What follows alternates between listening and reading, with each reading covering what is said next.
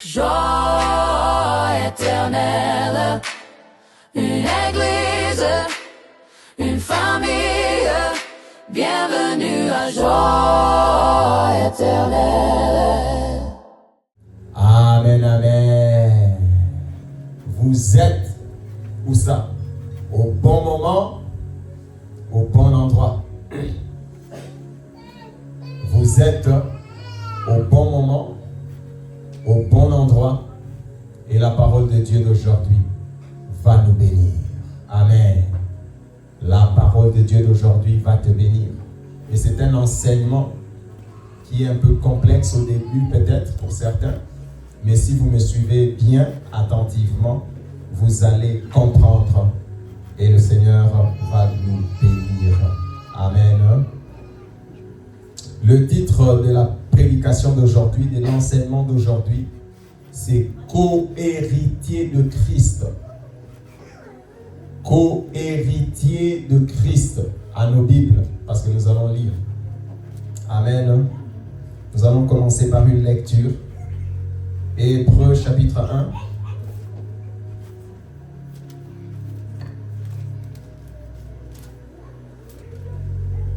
Nous allons commencer par une lecture. Hébreux chapitre 1. Ceux qui ont la Bible Louis II, c'est la page 12-16. Hébreux chapitre 1.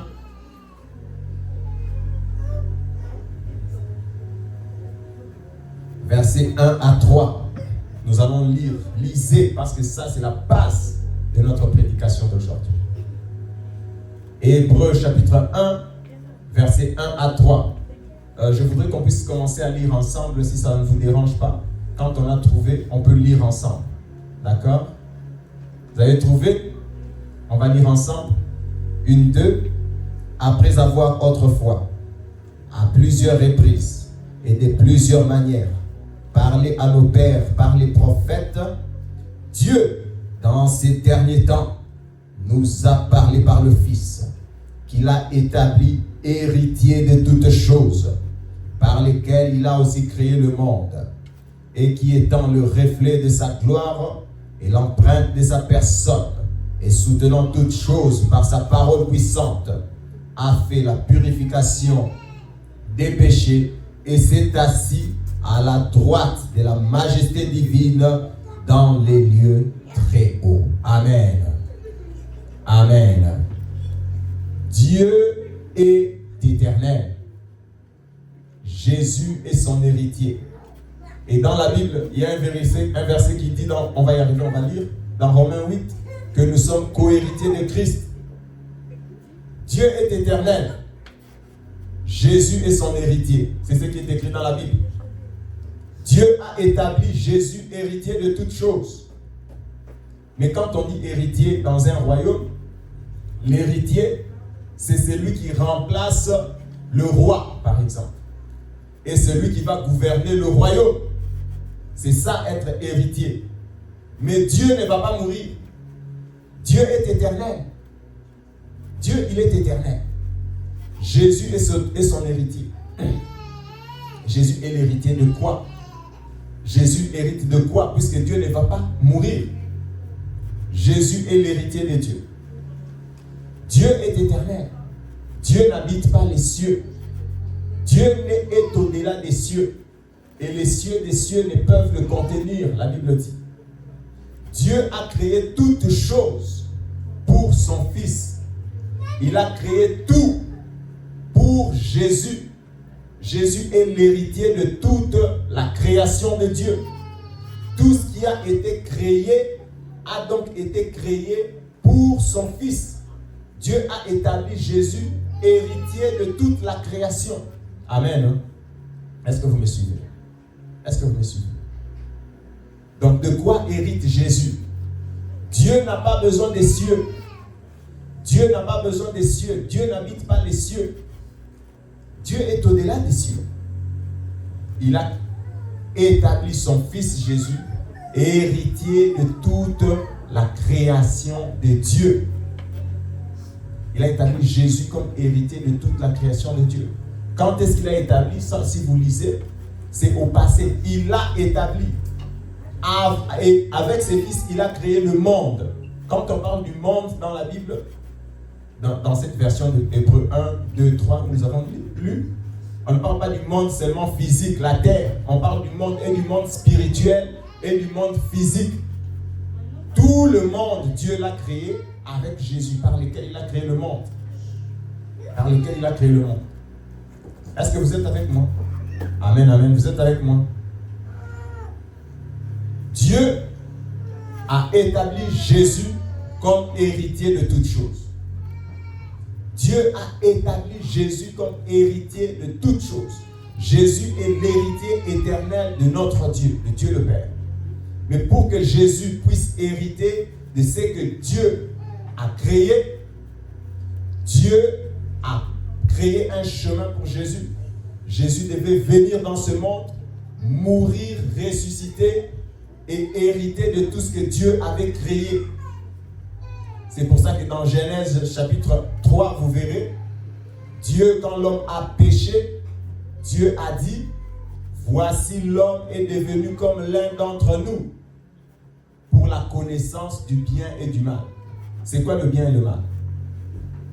Dans ce contexte-là, de Genèse chapitre 3. Quand Adam a péché, Dieu a dit, voici l'homme est devenu comme l'un d'entre nous pour la connaissance du bien et du mal. Qu'est-ce que ça veut dire? C'est quoi le bien et le mal? La connaissance de la mort et de la vie. L'un d'entre nous, quand Dieu dit voici l'homme est devenu comme l'un d'entre nous c'est Jésus. L'un d'entre nous c'est Jésus pour la connaissance de la mort et de la vie. Dieu n'avait pas donné son ordre à l'homme de mourir, jamais. L'ordonnance de mourir a été seulement donnée à Jésus. L'homme ne devait pas mourir. Si vous lisez Genèse chapitre 1, quand Dieu a créé l'homme, Genèse chapitre 2, quand Dieu l'a placé dans le jardin d'Éden, Dieu n'a jamais dit à l'homme que tu vas mourir. Dieu lui a dit, tu dois vivre. Ne mange pas de ces fruits. Si tu en manges, tu mourras. Ne mange pas. Donc si tu ne manges pas, vis. Dieu lui a dit, vis. Dieu n'avait pas dit à l'homme, tu vas mourir. Non. Dieu lui a dit, ne mange pas parce que quand tu vas manger, tu vas mourir. Autrement, ça veut dire quoi? Si tu ne manges pas, tu vas faire quoi? Tu vas continuer à vivre. Et la Bible nous le dit clairement que la mort, c'est quoi?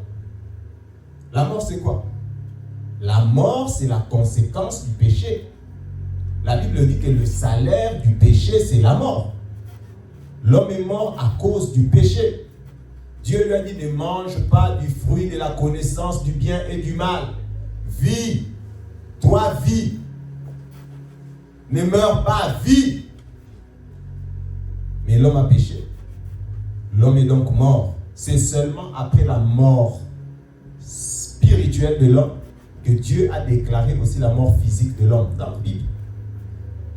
Tu es poussière, tu retourneras à la poussière. Ça a été déclaré après que l'homme ait mangé le fruit de la connaissance du bien et du mal.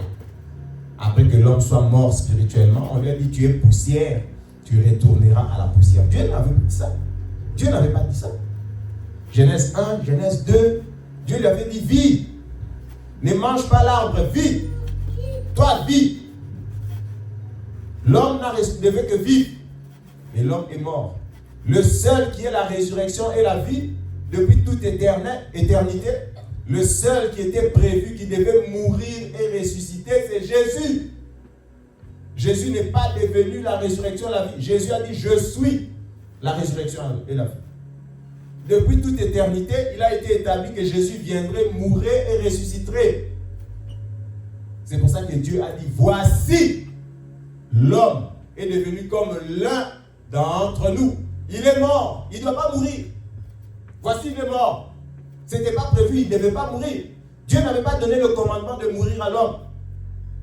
C'est pour ça que la Bible dit que la mort, c'est la conséquence du péché. Le salaire du péché, c'est la mort. Le salaire du péché, c'est la mort. Nous, on est morts parce qu'on a péché. Jésus n'est pas mort parce qu'il a péché. Jésus devait mourir. Ce sont deux choses différentes. Jésus n'est pas mort à cause du péché. Nous, on est morts parce qu'on a péché. Dieu nous a dit, ne mange pas, vis. Ne mange pas, vis. Si tu manges, tu vas mourir. Ne mange pas. Toi, vis seulement. Vis. Le seul qui devait venir et entrer dans le ciel, posséder son héritage, il devait posséder par son humilité, par son obéissance, par sa mort. Jésus a choisi de mourir, de ressusciter et d'entrer dans le ciel. Donc, la mort de Jésus n'est pas quelque chose qui a été inventé après la chute de l'homme. Est-ce que vous me suivez? La mort de Jésus, ce n'est pas un programme d'urgence. Ce n'est pas un programme d'urgence. L'homme est mort. Aïe, aïe, aïe. Qu'est-ce qu'on va faire? Jésus vient. Bon, va mourir pour eux. Non, il est écrit, voici l'homme est devenu comme l'un d'entre nous. Pour la connaissance du bien et du mal. Le Père n'est jamais mort, le Saint-Esprit n'est jamais mort. Celui qui est mort, c'est Jésus. Voici l'homme est mort. Voici l'homme est mort. Est devenu comme l'un d'entre nous. Pour la connaissance du bien et du mal. Jésus devait déjà mourir. La Bible dit que le sang précieux devait déjà mourir, Jésus. L'homme ne devait pas mourir. On lui avait dit, ne mange pas. Si tu manges, tu mourras. Autrement dit, vis. Dieu veut que nous puissions vivre. Dieu veut que nous puissions vivre. Dieu veut que tu puisses vivre. Dieu veut depuis toujours. C'est pour ça que, parce que Dieu nous a aimés, parce qu'il nous avait créés dans son plan pour vivre, il nous a accordé la grâce par Jésus. Parce que depuis le départ, il avait dit vis. Il avait dit vis, ne meurs pas. C'est pour ça qu'il a eu pitié de nous. Et parce que Dieu nous a aimés, il a dit que j'étais programmé pour vivre. Tu as désobéi. Tu as été trompé par le diable. Je vais faire quelque chose pour toi. Dieu nous a aimés parce qu'il nous avait déjà programmé pour vivre. Ceux qui rejettent l'amour de Dieu n'auront plus d'excuses. N'auront plus d'excuses. L'amour de Dieu ne s'adapte pas à tes caprices. L'amour de Dieu, c'est la mort de Jésus à la croix. L'amour de Dieu, c'est la mort de Jésus à la croix. Dieu est bon, il va changer la Bible, il va me comprendre. Non, tu rejettes Jésus. Tu es en train de rejeter la parole, tu veux que Dieu change la parole pour s'adapter à toi. Dieu ne va pas. L'amour de Dieu, ce n'est pas tes émotions. L'amour de Dieu, c'est Jésus à la croix. Toi, tu ne veux pas Jésus. Ah non, Dieu va me comprendre. Hein. Dieu connaît mon cœur. Hein. Dieu m'a gna. Tu rejettes Jésus, tu penses que de quel amour tu parles? Tu parles de l'amour de ta tête, l'amour de ton mari et ta femme. Tu penses que c'est ça l'amour de Dieu? L'amour de Dieu, c'est Jésus à la croix. Tu ne crois pas en ça, tu rejettes l'amour de Dieu. Dieu ne va pas changer. L'amour de Dieu, c'est Jésus à la croix. C'est Jésus à la croix. Les gens prennent l'amour de Dieu, ils prennent ça comme les émotions. Ils ne veulent pas obéir à la Bible. Ils disent que Dieu va s'adapter, Dieu va me comprendre. Dieu ne va pas te comprendre. Tu rejettes l'amour. Tu rejettes l'amour. On te donne l'amour, tu rejettes. Tu dis, toi, tu penses que Dieu va faire quoi? Tu as désobéi.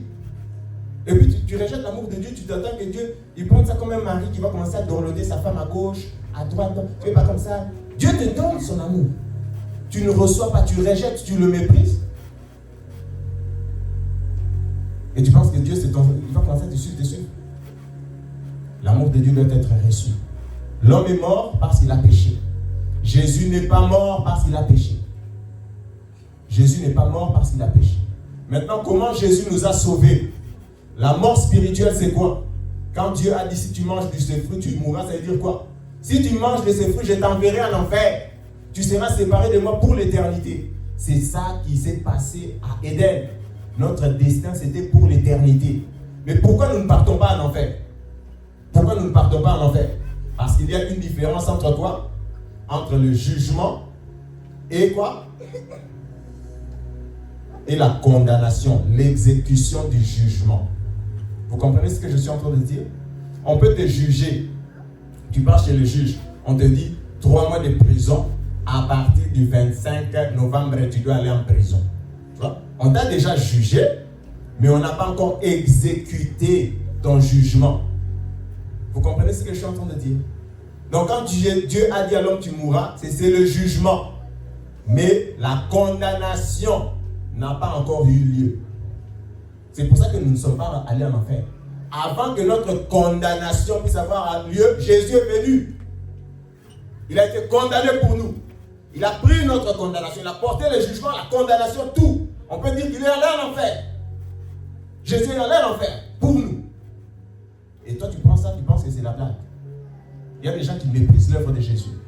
Depuis que la terre a existé, depuis que le cosmos, les anges, tous les êtres humains ont existé, jusqu'à ce que les êtres humains vont finir, jusqu'à ce que le monde passera, il n'y a pas une œuvre, il n'y aura pas, il n'y a jamais eu une œuvre qui sera plus belle, plus grandiose, plus excellente, plus merveilleuse, plus parfaite, plus achevée que l'œuvre de Jésus.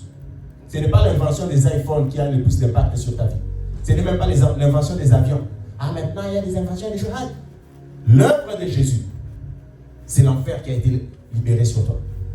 Il n'y a pas, il n'y aura pas, il n'y a pas eu d'œuvre qui soit. Il y a eu aujourd'hui des gens qui pensent que l'œuvre de Jésus c'est rien, je préfère mon iPhone.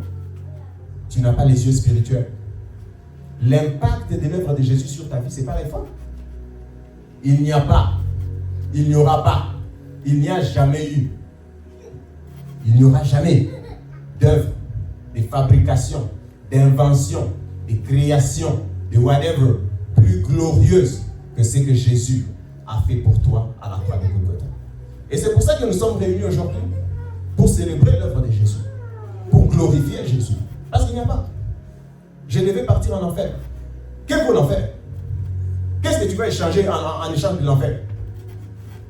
Qu'est-ce que tu vas échanger? Qu'est-ce que tu vas échanger? Qu'est-ce que tu vas échanger en échange de l'enfer? Qu'est-ce que tu vas échanger? Qu'est-ce que tu vas échanger? Amen. Qu'est-ce que tu vas échanger? Jésus est mort pour nous. Jésus est mort pour toi. Et son œuvre est merveilleuse. Son œuvre est parfaite. Jésus est bon. Jésus est glorieux. Dieu est bon. Dieu a eu pitié de nous. Dieu nous a redonné la vie par Jésus-Christ notre Sauveur. Amen. Amen.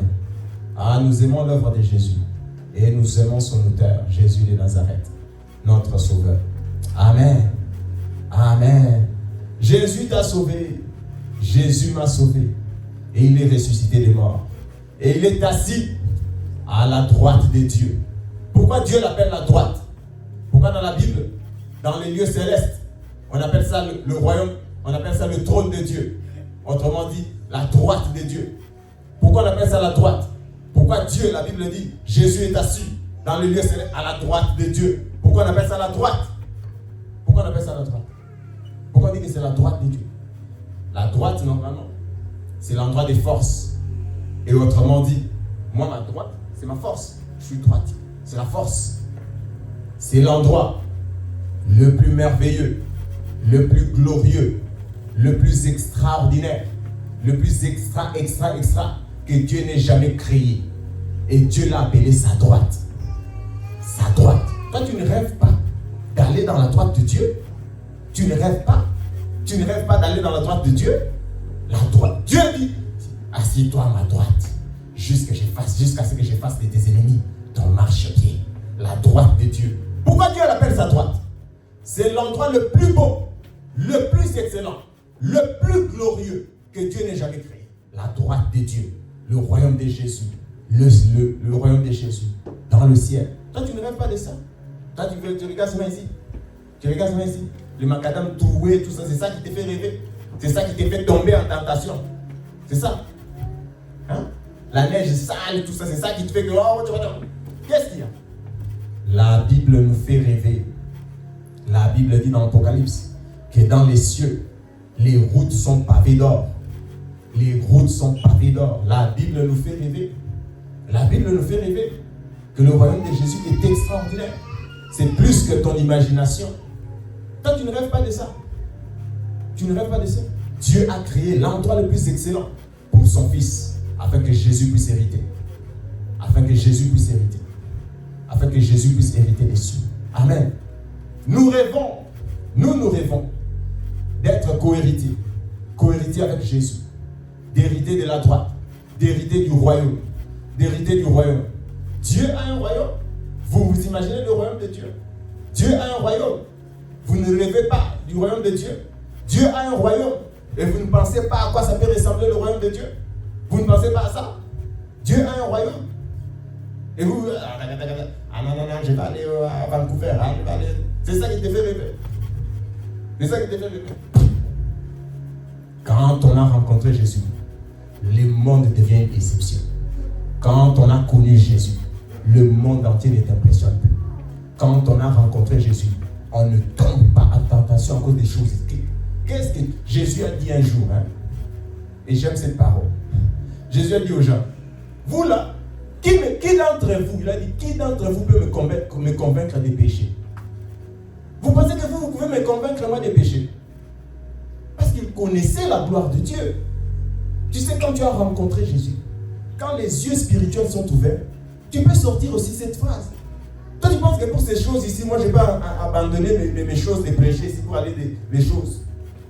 Les choses, c'est vraiment les choses. Qui d'entre vous peut me convaincre d'abandonner et puis aller suivre quoi? Qu'est-ce que tu veux me donner? Qu'est-ce que tu veux me donner? Quoi? Qu'est-ce que tu vas donner? Amen. Quand on a rencontré Jésus, quand on a rencontré Jésus, la terre entière perd sa valeur. Quand on a rencontré Jésus, les choses matérielles perdent leur valeur. Quand on a rencontré Jésus, on a rencontré le meilleur. La Bible déclare que ce n'est pas par des choses périssables, par l'or et par l'argent, que vous avez été rachetés. Mais c'est par le sang précieux de Jésus. La Bible déclare que ton âme, pas la mienne seulement, la tienne, à quoi tu échangeras? Jésus a dit, à quoi échangera un homme son salut? À quoi sert à un homme de gagner la terre entière s'il va perdre son âme? C'est ce qui est écrit dans la Bible. À quoi te sert toi? Jésus te dit, à quoi te sert toi de perdre ton âme et de gagner la terre entière? Ça veut dire que la terre entière est ton âme. Ton âme a plus de valeur. À quoi sert à un homme de gagner la terre entière s'il perd son âme? C'est comme si, je vais vous expliquer ça autrement. C'est comme si tu as une boule de diamant, on te dit, à quoi ça te sert d'aller gagner une petite maison comme ça, toi tu as la boule de diamant? À quoi sert à un homme de gagner la terre entière si tu vas perdre ton âme? Tu connais la valeur de ton âme? Tu connais la valeur de ton âme? Tu connais la valeur de ton âme? Tu connais la valeur de ton âme? Et tu marches sur la terre, tu as peur. Et tu marches sur la terre, tu penses que tu n'as pas de valeur. Et tu marches sur la terre, tu connais la valeur de ton âme. Tu connais le prix de ton âme. Tu connais le prix de ton âme. L'argent, c'est ça le prix de ton âme. C'est ça le prix de ton âme. Non. Le prix de ton âme, c'est la vie de Jésus. C'est ça le prix de ton âme. C'est la vie de Jésus. Marche bien. Lève la tête. Bombe le torse. Dresse bien le cou. Marche droit. Tu es un enfant de Dieu. Tu es un enfant de Dieu. Lève la tête. Ouvre bien les yeux. Parle aux hommes les regardant bien dans les yeux. Tu connais ta valeur. Tu connais ta valeur. Quand tu ne connais pas ta valeur, tu es là. Marche bien, j'ai dit. Lève le torse. Dresse-toi. Ouvre les yeux. Parle aux gens clairement. Tu es un enfant de Dieu. Tu as une grande valeur auprès des yeux. Auprès de Dieu. Tu as une grande valeur. Tu as une grande valeur auprès de Dieu. Amen. Amen. Donc Jésus pour mourir. Jésus pour hériter des cieux, de la droite de Dieu. Il est venu dans ce monde. Il a souffert. Il est mort. Il a souffert. Il est mort à la croix. Il est mort à la croix. Il a donc appris par ce chemin-là. Il s'est humilié, la Bible dit. Il s'est humilié. On va lire. Ceux qui connaissent le verset peuvent déjà dire où je m'en vais. C'est quel verset? Philippiens chapitre 2.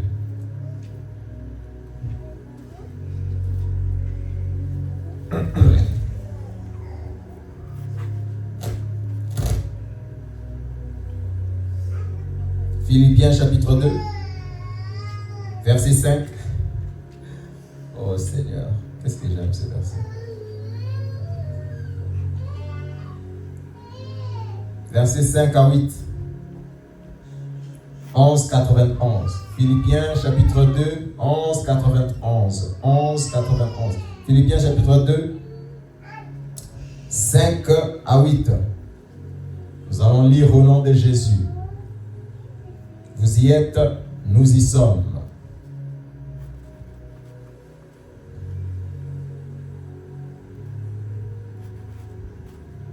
Philippiens chapitre 2. Je vais accélérer, excusez-moi. Versets 5 à 8. Nous allons lire.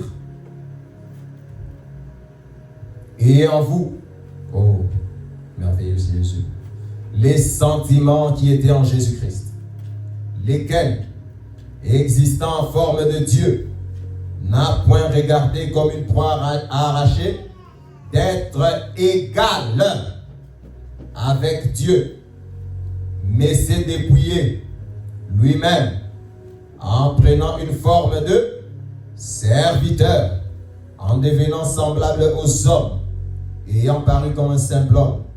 Il s'est humilié lui-même, se rendant obéissant jusqu'à la mort, même jusqu'à la mort de la croix. Amen. Jésus est égal à Dieu. Mais il n'a pas vu ça comme une proie à arracher. Nous en parlerons dans quelques dimanches. Jésus égal à Dieu, il s'est humilié lui-même. On ne l'a pas forcé. Personne ne lui a dit humilie-toi. Il s'est humilié lui-même.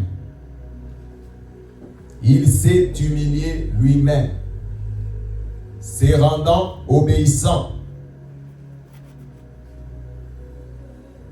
Jésus s'est humilié. Jésus s'est humilié. Jésus s'est rendu obéissant. Ici, je vais ouvrir une parenthèse. Jésus s'est humilié. Jésus s'est rendu quoi? Obéissant à Dieu.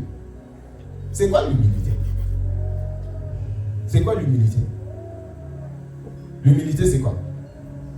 C'est quoi l'humilité? Dans notre église, ici, nous prions beaucoup pour notre cœur. Le Seigneur, donne-nous l'humilité de Jésus. C'est quoi l'humilité? L'humilité, c'est quoi? Ah, il ne parlait pas beaucoup. Ah, lui, il ne crie pas fort. C'est ça l'humilité. C'est ça l'humilité, c'est ce qui est écrit ici. L'humilité de Jésus, et comment on mesure ça à quoi? Nous allons lire l'humilité de Jésus.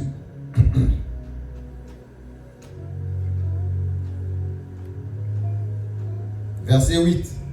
Qu'est-ce qui est écrit? Au verset 8. Il s'est humilié lui-même. On ne l'a pas forcé. Se rendant obéissant. Il s'est humilié lui-même. Se rendant obéissant. L'humilité de la Bible, c'est l'obéissance à Dieu. Ce n'est pas les apparences. Ah, il est humble. Lui, comment c'est un gars humble?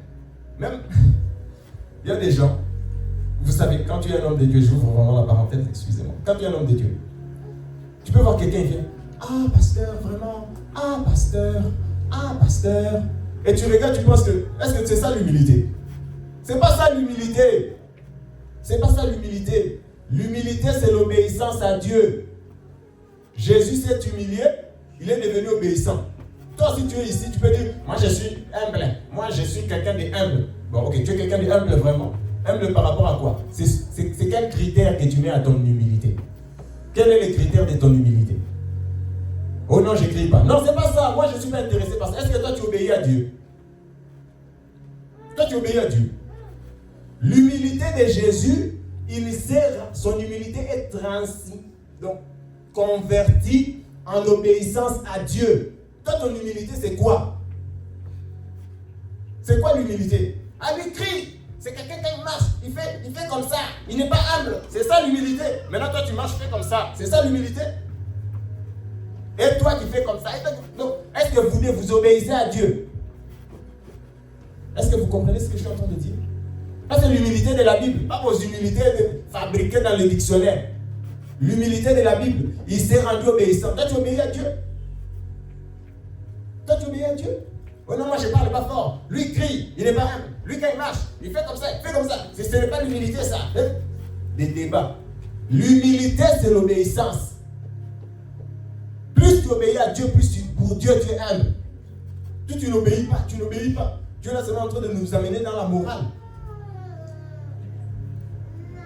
Le moralisme. Je vais vous donner. Par exemple, nous voulons obéir au commandement de Jésus. Jésus nous a dit, allez faire de toutes les nations des disciples. Toi, tu parles pas fort, tu parles doucement, tu ne fais pas des disciples. Toi, tu as de quelle humilité? Tu me parles, moi, de quelle humilité? Moi aussi, je t'écoute seulement. Ah, ma soeur, c'est ça l'humilité, d'accord. Mais moi, je sais que tu n'as pas l'humilité. Quand je te dis, viens, on part évangéliser, tu ne veux pas. Viens, on part prier, tu ne veux pas. Viens, on part guérir le malade, tu ne veux pas. Viens, on part, tu ne veux pas. Tu ne veux pas, tu ne veux pas, tu ne veux pas. Toi, tu me parles de l'humilité. Tu me parles de quelle humilité? Ton humilité à toi. Hein, mes frères? Ne jugez pas les gens avec vos standards. Tu juges les gens selon tes standards. Parce que toi, ton humilité, c'est qu'il faut que je commence à marcher comme ça. Moi, parfois, quand je prêche, je commence à parler. Ah, pasteur, il n'est pas humble. Ah, non, je prêche juste, je suis motivé. L'humilité, c'est l'obéissance. L'humilité, ce n'est pas le charabia. Alléluia. Amen. L'humilité, c'est pas celui de... Toi, tu es tout le temps en train de juger les gens. Il n'est pas humble. Il n'est pas humble. Comme si toi, tu obéis à Dieu dans toutes choses. Toi, tu es le champion de trouver les orgueilleux. Ah, lui l'orgueil, lui l'orgueil, lui il est même, lui il est même. Toi, tu obéis à Dieu. Il sait t'humilier lui-même. Son humilité est transformée en obéissance à Dieu. L'obéissance à Dieu, c'est ça l'humilité. L'obéissance à Dieu, c'est ça l'humilité. Amen. Hein? Aujourd'hui, même dans le monde chrétien, on a peur de dire le mot obéissance. Parce que personne ne veut obéir à personne. Moi, je veux obéir seulement à Dieu. Tu vas obéir à Dieu. Que Dieu t'apparaisse. Comme toi, tu vas obéir seulement à Dieu. Moi, je n'obéis pas aux êtres humains. Moi, j'obéis seulement à Dieu. Ok, que Dieu t'apparaisse. Que Dieu t'apparaisse. Comme ça, toi, tu vas commencer à obéir seulement quand Dieu t'apparaît. Allons prêcher. Que Dieu t'apparaisse et te dise allons prêcher. Que Dieu t'apparaisse et te dise allons évangéliser. Que Dieu t'apparaisse et te dise viens à l'église. Que Dieu t'apparaisse. Toi, tu n'obéis pas aux hommes. Toi, tu obéis à Dieu. C'est ça l'humilité. C'est ça l'humilité. L'humilité de Jésus, c'est son obéissance à Dieu. Dieu a dit que Jésus est humble parce que Jésus a commencé à lui obéir. Amen. Et l'obéissance n'est pas facile. L'obéissance est difficile. Nous allons voir ça. Hébreu où nous étions.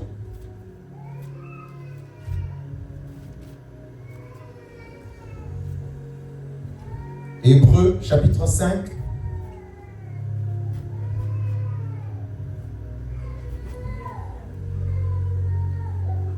Hébreu chapitre 5.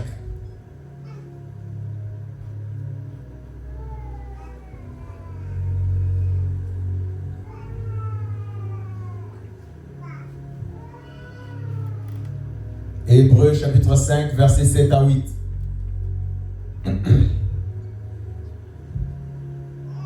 Nous allons lire.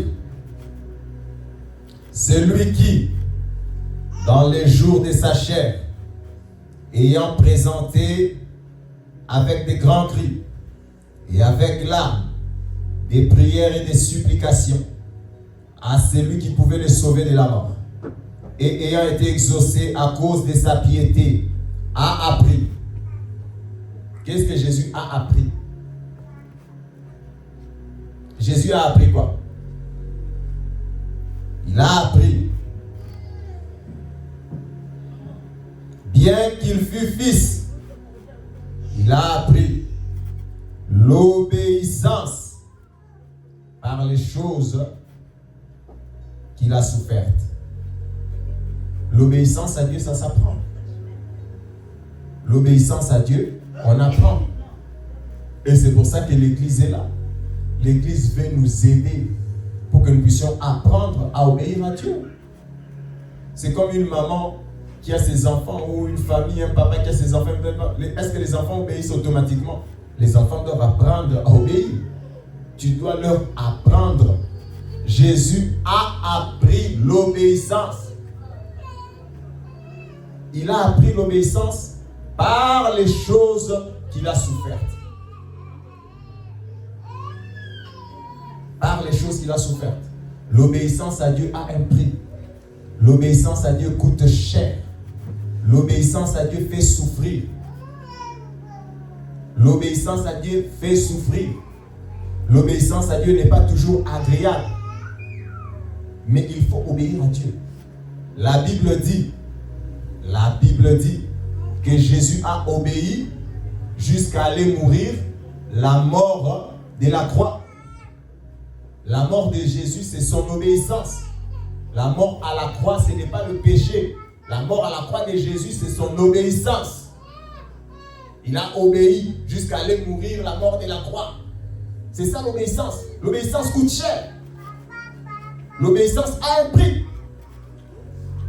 Une vie chrétienne où il n'y a pas la notion d'obéissance, il n'y a pas la notion de sacrifice, est une fausse vie chrétienne.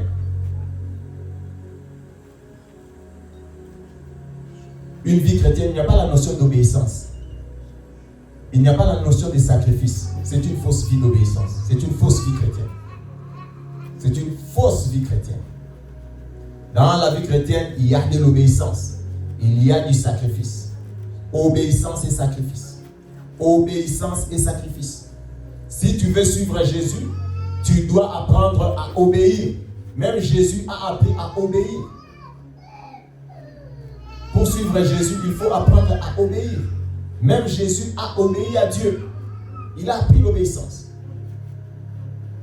Il a appris l'obéissance. Et qu'est-ce que Jésus a dit? Nous allons lire, excusez-moi, Luc chapitre 9, verset 23. Luc chapitre 9, verset 23. Nous allons lire un peu beaucoup aujourd'hui, mais c'est pour nous bénir. Luc chapitre 9, verset 23.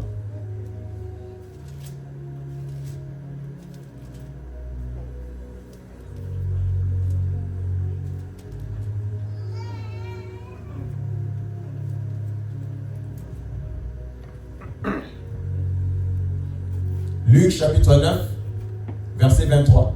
Vous avez trouvé? On va lire. Luc chapitre 9, verset 23. Qu'est-ce qui est écrit?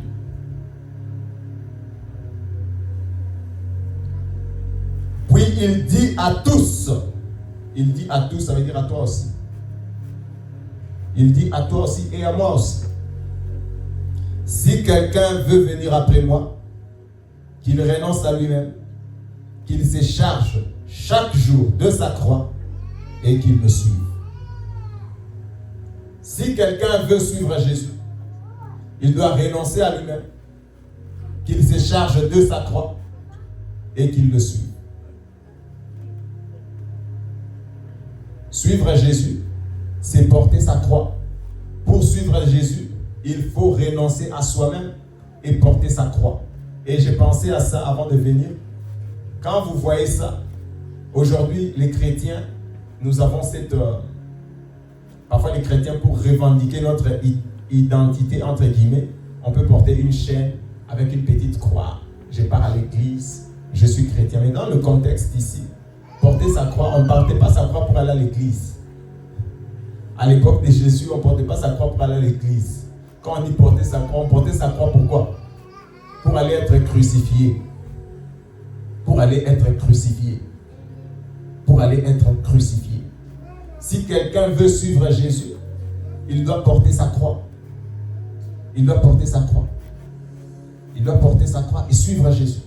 Il doit renoncer à lui-même. Tu dois renoncer à toi-même.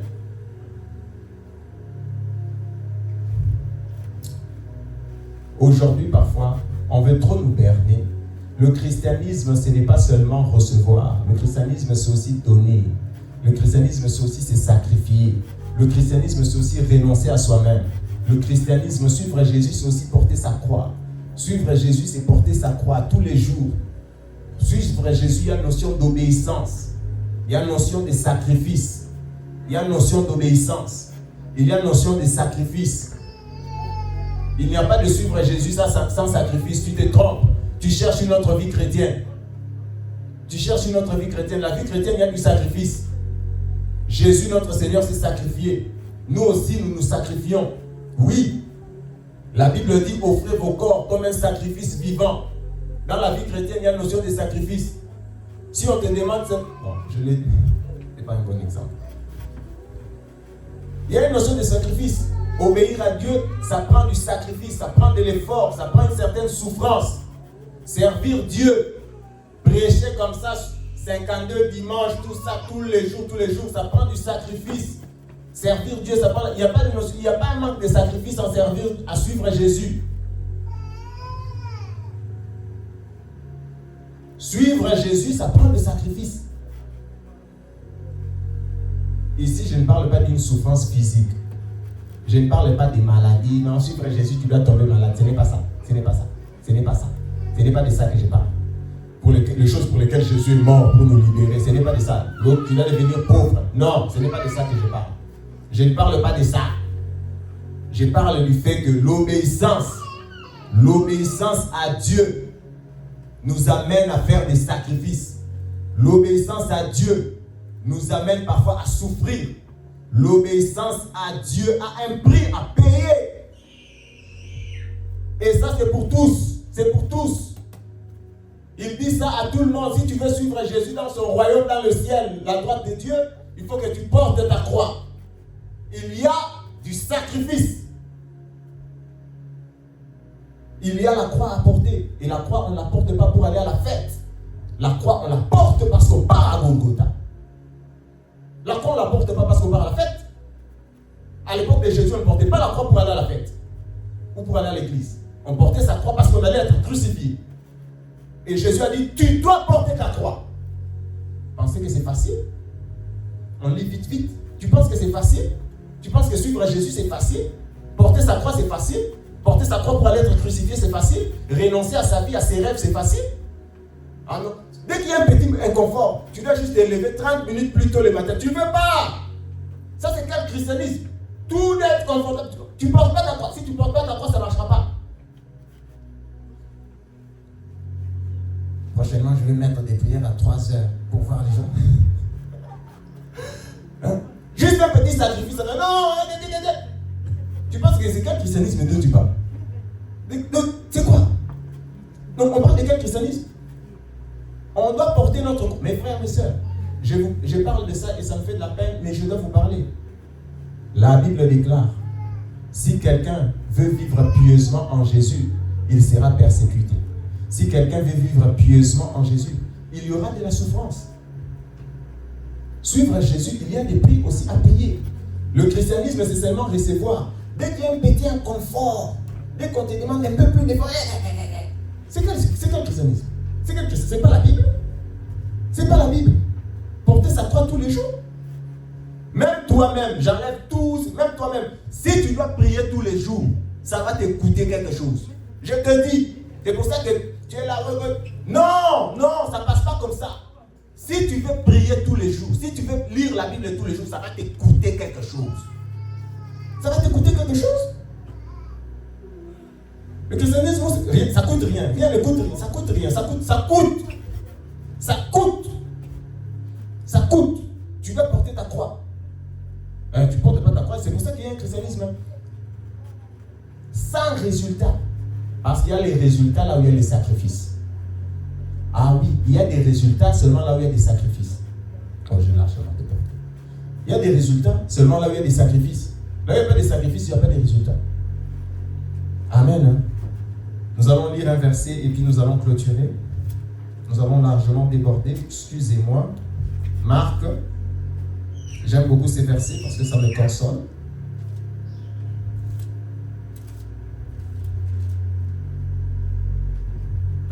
Marc, chapitre 10, à partir du verset 29. Marc, chapitre 10, à partir du verset 29. Lisons, s'il vous plaît. Marc, chapitre 10, à partir du verset 29. 1005 dans ma Bible. Marc, chapitre 10, à partir du verset 29. Regardez ce qui est écrit. Jésus répondit, je vous le dis en vérité, il n'est personne qui, ayant quitté à cause de moi et à cause de la bonne nouvelle, sa maison, ou ses frères, ou ses sœurs, ou sa mère, ou son père, ou ses enfants, ou ses terres, ne reçoivent au centuple, présentement dans ces siècles-ci, des maisons, des frères, des sœurs, des mères, des enfants et des terres, avec des persécutions et dans les siècles à venir, la vie éternelle. On ne reçoit pas les bénédictions sans la souffrance. La persécution, c'est la souffrance. La persécution, ce n'est pas agréable. Toi, tu veux seulement la bénédiction. Tu veux seulement la bénédiction. Tu veux seulement la bénédiction. Non, il n'y a pas de bénédiction sans persécution. Donc, tu veux les résultats de la prière sans les heures de la prière. Hey, christianisme. Tu veux les résultats de la prière sans les heures consacrées à la prière. Tu veux que ta vie change sans prier. Aucun sacrifice, aucune souffrance, aucun effort. Ça va venir automatique. Hein? Ta vie va changer tout comme à la banque. Tu vas seulement, tu dis, tu n'as pas travaillé, on va te donner de l'argent. De quelle banque? Tu vas recevoir avec des persécutions, avec de la souffrance. Persécution, c'est pas agréable. Mais c'est la souffrance qui fait. La souffrance fait partie de la bénédiction. C'est un même package. C'est pas dissociable. Tu ne peux pas dissocier. Je vais seulement les bénédictions, pas les persécutions. Ça n'existe pas. Ça n'existe pas. On ne récolte pas sans s'aimer. La Bible dit que le semeur part en pleurant, mais il revient en riant. Dans Proverbe. Quand tu sèmes en pleurant. Mais quand tu récoltes en rigolant. Tu recevras dans ces siècles, parce que tu sers Jésus, parce que tu suis Jésus, parce que tu aimes Jésus, avec des persécutions. Avec des persécutions. Avec des souffrances. Avec des souffrances. Servir Dieu. Oh non, pourquoi les femmes des pasteurs souffrent? Mais il y a de la souffrance. Oh, les enfants, il y a de la souffrance. Je ne parle pas des maladies, je ne parle pas de la pauvreté, je ne parle pas de ça. Je ne parle pas de ça. Je parle du fait de servir Dieu, d'obéir à Dieu qui te coûte ta chair, qui te coûte ta famille, qui te coûte ton temps, qui te coûte ceci. Je parle de ça, qui est de la souffrance. Et ça produit la bénédiction. Des frères, des sœurs, des terres, des ceci, ça produit la bénédiction. Mais ça ne vient pas sans ça. Tu ne peux pas vouloir seulement ce qui est bon sans l'autre. C'est le même paquet. Est-ce que vous me suivez? Vous êtes avec moi? C'est la vie chrétienne. C'est la vie chrétienne. Les gens veulent seulement le bien que la chose d'autre. Mais pas l'autre. Alors, pas ça. Ce n'est pas possible. Ce n'est pas possible. Je suis obligé de clôturer ma prédication parce que le temps est passé. Nous allons lire le dernier verset. Verset Romains chapitre 8. Verset 17. Et puis nous allons clôturer. Ah, pourquoi on souffre? Pourquoi on souffre pas? Pourquoi on ne veut pas souffrir? Souffrir en obéissant à Dieu fait partie de notre bénédiction. Le fait d'obéir à Dieu, souffrir pour obéir à Dieu, fait partie de notre bénédiction. C'est un message bizarre ça, mais c'est ça. Obéir à Dieu fait un peu souffrir. Et vous allez voir ça maintenant de manière détaillée. À partir du verset 17, Romains 8, verset 17. Qu'est-ce qui est écrit? Je voudrais qu'on puisse lire ça. Ce sont les deux versets de base de notre prédication. Romains 8. Je vais maintenant retourner à l'héritage. Romains 8, verset 17. Qu'est-ce qui est écrit? Vous avez trouvé. Or, si nous sommes enfants, nous sommes aussi héritiers. Héritiers de Dieu et co-héritiers de Christ. Qu'est-ce qui est écrit après? Si, conditionnel, si toutefois nous souffrons avec lui, afin d'être glorifiés avec lui. Pour être glorifié avec Jésus, il faut souffrir avec Jésus. Il faut obéir comme Jésus. Je vais le relire. Relire ça, je vais relire. Or, si nous sommes enfants, nous sommes aussi héritiers. Héritiers de Dieu et co-héritiers de Christ. Si toutefois, nous souffrons avec lui, afin d'être glorifiés avec lui. J'estime, verset 18, que les souffrances du temps présent ne sauraient être comparées à la gloire à venir qui sera révélée pour nous. Amen. Amen. Amen. On est héritier de Dieu, co-héritier de Jésus, parce que nous obéissons. Parce que nous obéissons. Et parfois c'est difficile, mais nous obéissons. Jésus s'est humilié et son humilité est transformée en obéissance. La vie chrétienne, c'est l'obéissance à Dieu. Si nous obéissons, nous allons être glorifiés avec Jésus. Si nous obéissons à Dieu coûte que coûte, Dieu a dit à Jésus, va mourir à Golgotha. Jésus est mort à Golgotha. Si Dieu te dit, fais telle chose, fais-le. Même si c'est difficile, fais-le. Même si tu sens que ta chair est broyée, fais-le. C'est le prix de la gloire. C'est le prix de la gloire. Quand Dieu te dit de faire quelque chose, quand la Bible te dit de prier tous les jours, prie.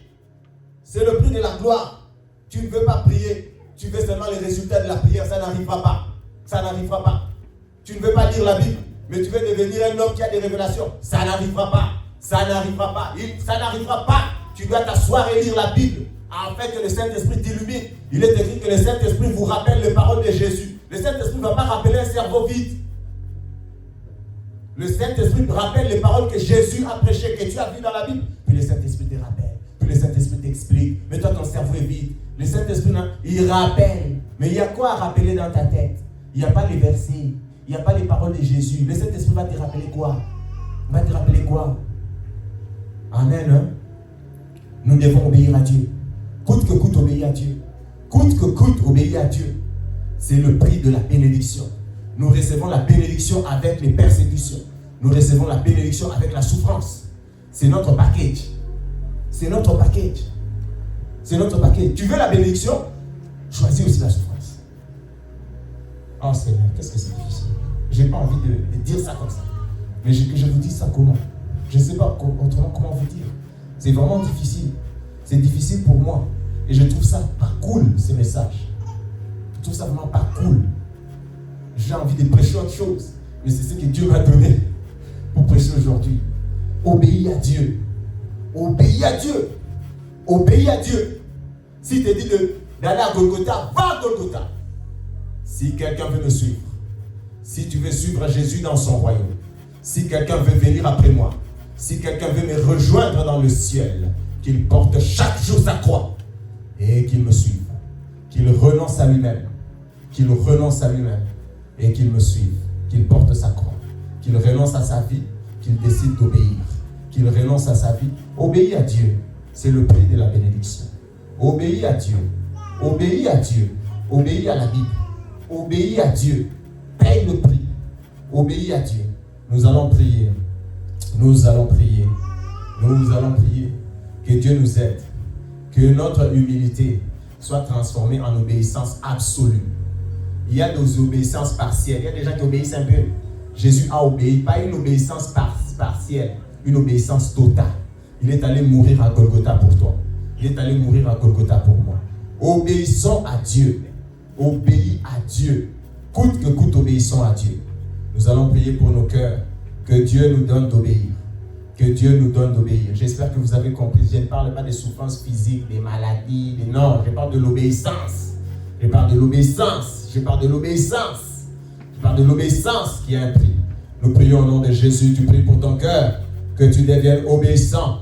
Obéissant comme Jésus. Que les sentiments qui étaient en Jésus soient aussi les siens. Afin d'être un héritier, co-héritier de Jésus. Co-héritier de la gloire de Christ. Co-héritier du royaume de Jésus. Co-héritier à la droite de Dieu. Co-héritier de Jésus. Nous prions.